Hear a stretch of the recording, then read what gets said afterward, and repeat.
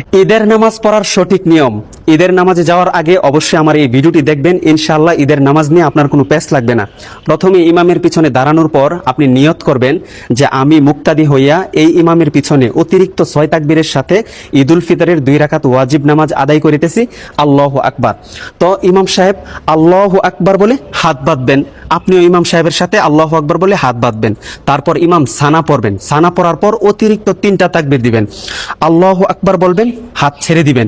দ্বিতীয় তাকবীর আল্লাহু আকবার বলবেন, হাত ছেড়ে দিবেন। তৃতীয় তাকবীরের মাথায় আল্লাহু আকবার বলে হাত বেঁধে নেবেন।